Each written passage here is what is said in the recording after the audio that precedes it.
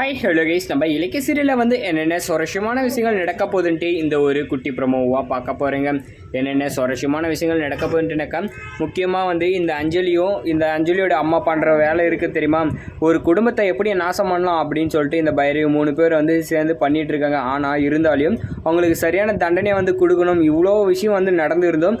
இந்த இலக்கியம் என்ன பண்ணுறாங்கனாக்கா, அவங்களுக்கு ஒரு பிரச்சனை வருதுனாக்கா காப்பாற்றிக்க முடியாமல் நல்லது பண்ணுறேன்னு சொல்லிட்டு போயிட்டு வந்து வசமாக வந்து மாட்டிக்கிட்டு இருக்காங்க. இப்போ தேவையில்லாத வேலையில் அவங்களே வந்து மூக்க நுழைச்சி மாட்டிக்கிட்டாங்க. சரி, இப்போ இந்த அஞ்சலிக்கும் இந்த பைரவிக்கும் என்ன மாதிரி தண்டனை கொடுத்தா நல்லா இருக்குன்றத கமெண்ட் பண்ணியிருக்கேன். என்னடா இது நல்லதுக்கே காலம் இல்லை அப்படின்ற மாதிரி தான் வந்து இந்த இலக்கியா பண்ண எல்லா விஷயத்துக்கும் வந்து இப்போ வசமாக மாட்டிக்கிட்டேங்க. சரி, இப்போ நம்ம இலக்கியா வந்து பண்ணது தப்பு தான், அது மட்டும் இல்லாமல் இப்போ அடுத்தப்பட்ட வேலையாக வந்து என்ன நடக்க போகுதுன்னாக்கா, நம்ம பைரவி நம்ம கௌதம் வந்து எப்படியாவது நம்ம கைக்குள்ளே போட்டுக்கணும் அப்படின்னு சொல்லிட்டு ஒரு விஷயத்த வந்து பண்ணுறாங்க. நம்ம கௌதமும் வந்து இப்போ அந்த இடத்துக்கு கிளம்பி வராங்க.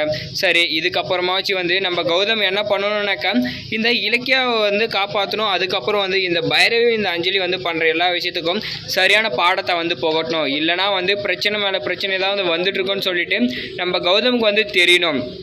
அது மட்டும் இல்லைங்க, இப்போ நம்ம இலக்கியா இதுக்கப்புறமாவது வந்து திருந்துவாங்களா மாட்டாங்களான்னு தெரியல. ஏன்னாக்கா நல்லதுன்னு சொல்லிட்டு இப்போ ஜானு சொன்ன ஒரு விஷயத்துக்காக வந்து என்னாச்சு, இப்போ இந்த மாதிரி ஒரு விஷயம் வந்து நடந்துருச்சு. சரி, நம்ம ஜானு வந்து அவள் கர்ப்பமாக இல்லைன்றது தெரியணுன்றதுக்காக இந்த மாதிரி சொன்னாங்க. இந்த இலக்கியாவும் போய் இந்த மாதிரி வந்து மாட்டிக்கிட்டாங்க. ஆனால் இந்த இலக்கியா வந்து என்ன பண்ண போகிறாங்கனாக்கா, இப்போ எல்லா எவிடன்ஸை வந்து கொடுக்கணும். அதுக்கப்புறம் வந்து இப்போ தான் அந்த அஞ்சலியும் பைரவியும் வந்து மாட்டணும். முக்கியமாக வந்து அந்த போலீஸ் இருக்காங்கல்ல, அவங்க வந்து கையும் களமாக வந்து சிக்கணும். பணத்தை வாங்கிட்டு கேஸு மேலே கேஸை போட்டு இந்த இலக்கியா வந்து 7 வருஷத்துக்கு வந்து வெளியே வரக்கூடாது அப்படின்ற ஒரு பிளானை போட்டு வந்து பண்ணி வச்சுருக்காங்க. ஆனாலையும் நம்ம கௌதம் என்ன பண்ண போகிறாங்கனாக்கா, இப்போ எல்லா எவிடன்ஸை வந்து கலெக்ட் பண்ணணும். நம்ம கார்த்திக்கும் சரி நம்ம ஜானும் சரி நேரில் வந்து மீட் பண்ணி பேசும்போதும் என்ன சொன்னாங்க, நம்ம இலக்கியா அவள் வந்து கர்ப்பமாகவே இல்லை கார்த்திக், நீ வேணா உன் பொண்டாட்டி செக் பண்ணிவிட்டு வந்து என் கையில் பேசு, நான் போய் எப்படி கொலை பண்ண பார்ப்பேன் 2 குழந்தைங்களா அப்படின்னு சொல்லிட்டு வந்து நம்ம இலக்கியா சொல்ல ஆரம்பிச்சிட்டாங்க. சரி, இப்போ தான் வந்து நம்ம கார்த்திக்கு சந்தேகம் அதிகமாக வரப்போகுது.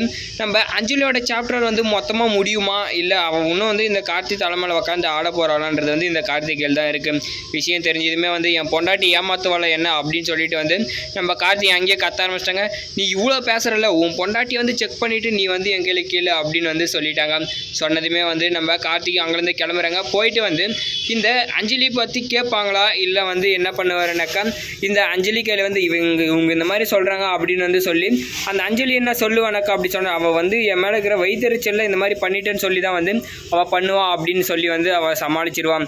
ஆனால் நம்ம கார்த்திக் வந்து சரியான ஆளாக இருந்தால் கரெக்டாக கூட்டின்னு போயிட்டு செக் பண்ணி என்ன பண்ணுவாங்க, நம்ம அண்ணியை வந்து சொல்கிறது உண்மையாக பொய்யான்றதை வந்து கன்ஃபார்ம் பண்ணிப்பாங்க.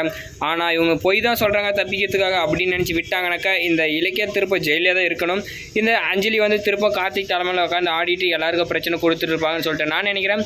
நீங்கள் என்ன நினைக்கிறத கமெண்ட் பண்ணி வீடியோக்கு லைக் போட்டு சேனலை சப்ஸ்கிரைப் பண்ணிக்கோங்க.